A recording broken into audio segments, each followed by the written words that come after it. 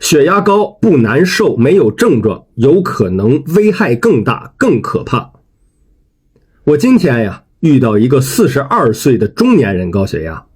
用他自己的话说，从20多岁他就血压高，但是人家不难受，在以前他还时常炫耀这件事情。他说你看我血压高到180，我不难受。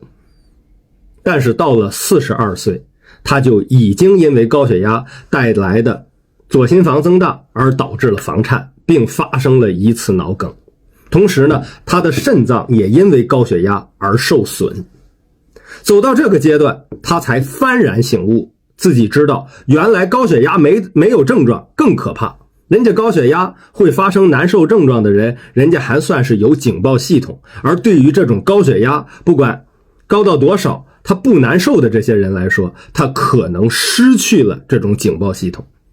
所以说呢，对于手机前头更多的高血压患者，一定要从年轻的时候注意监测自己的血压。如果血压高了，积极改善生活方式，同时配合医生积极治疗，这样的话让血压达标，才能真正的减少高血压带来的脏器损伤，尤其是心脑肾等重要脏器的损伤。